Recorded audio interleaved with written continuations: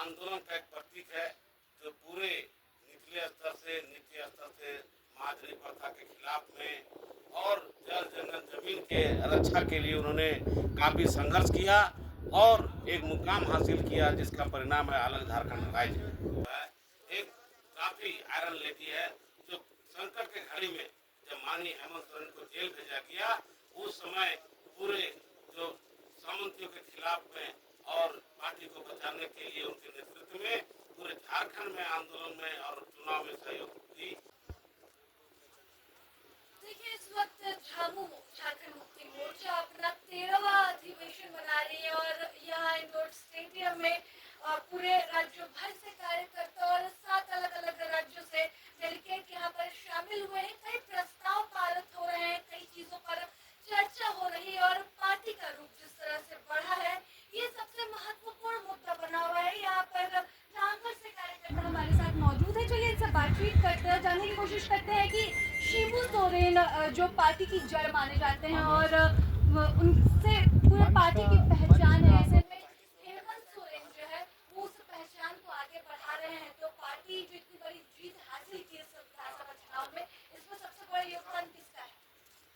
देखिए मैडम, ये पूरे झारखंड ने हिंदुस्तान पूरा दुनिया जानता है कि आदरणीय विजन गुरु शिबू सोरेन एक आंदोलन का एक प्रतीक है जो पूरे निचले स्तर से मादरी प्रथा के खिलाफ में और जल जंगल जमीन के रक्षा के लिए उन्होंने काफी संघर्ष किया और एक मुकाम हासिल किया, जिसका परिणाम है अलग झारखंड राज्य। और गुरु जी के अलावा उनके जो पत्नी हैं, जो धर्म माता हम लोग का है रूपी सोरेन, उनका भी हमेशा उनके हर आंदोलन में सहयोग रहा है और महाजनी प्रथा के खिलाफ में काफ़ी यातनाएं ये दोनों परिवार से है। और उन्हीं के पश्चिम में आज हमारे बीच में जो माननीय हमारे राज्य के मुख्यमंत्री हेमंत सोरेन उनके पद के चिन्ह पर चलकर जल जंगल जमीन की रक्षा, मजदूर किसान के हित के लिए, महिलाओं के हित के लिए संघर्ष कर रहे हैं, कार्य कर रहे हैं, जिसको सामंतवादी व्यवस्था ने इनको हमेशा तोड़ने का प्रयास किया है और जिसके चलते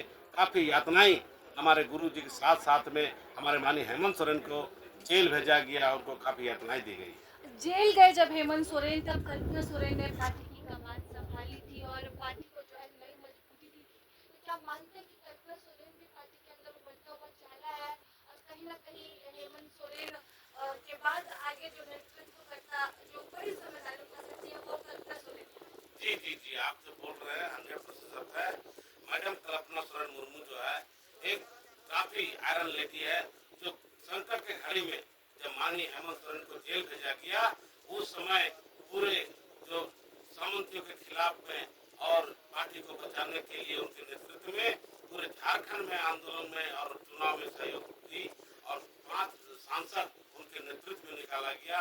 उसके बाद अभी माननीय हेमंत सोरेन जेल आने के बाद उनका हमेशा से कम 100 से 150 सभाएं हमारे मैडम कल्पना सोरेन की, जिसका परिणाम है कि हम लोग अपना इतिहास को तोड़ते हुए और झारखंड मुक्ति मोर्चा की तरफ आए, जिसका परिणाम है कि इतने विधायक और इतने सांसद हम लोग पहली बार है जेएमएम इतने बड़े स्तर पर अधिवेशन अपना कर रही है, इससे पहले भी लगातार करती रही है, लेकिन जिस तरह से इस बार विधानसभा चुनाव में जीत मिली, वो पहली बार है। झारखंड में बीजेपी के होते हुए जेएमएम सबसे बड़ी पार्टी बनकर उभरी 2019 और 2024 में जिस तरह से जीत हासिल की, तो ये कहीं ना कहीं झारखंड के इतिहास के लिए पहली बार है। किसे श्रेय देंगे आप?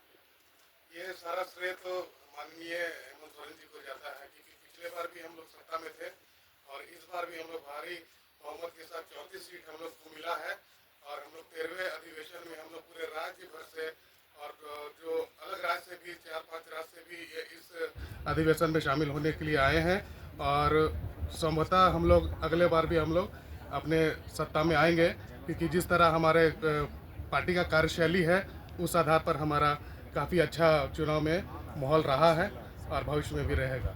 विपक्ष कमजोर हो गई है कि जिस तरह से जितनी मजबूती के साथ आप लोग विधानसभा चुनाव में नजर आए?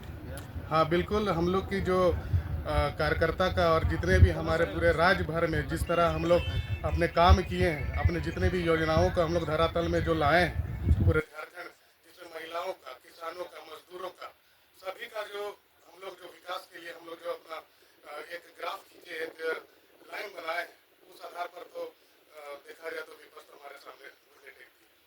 आप कहाँ से? बोकारो से आए हैं। यहाँ पर काफी भीड़ है, यहाँ पर लोग दिख रहे हैं। कई लोगों से मुलाकात आज हो रही है। क्या कुछ खास है अधिवेशन आपके? खास है तो झारखंड में देखिए अभी लहर चला हुआ है, लोगों का तांता लगा हुआ है मेंबरशिप के लिए। दूसरे पार्टी से जेएमएम में जुड़ने के लिए मैम आप थोड़ा देर पहले बोले कि विपक्ष कमज़ोर है। कमज़ोर तो सही है, लेकिन कमज़ोर होना दुर्भाग्य की बात। मजबूत होना चाहिए था। और विपक्ष को मजबूत होना चाहिए, तब जाके दोनों तालमेल बढ़िया से होगा, तब बढ़िया से विकास होगा, बहुत बढ़िया से विकास होगा। मैं चाहूँगा कि मजबूती से विपक्ष आए और झारखंड का जो विकास हो उस पर विचार करें। आपका परिचय क्या हुआ? मेरा नाम मोहन कुमार सिंह है, बोकारो।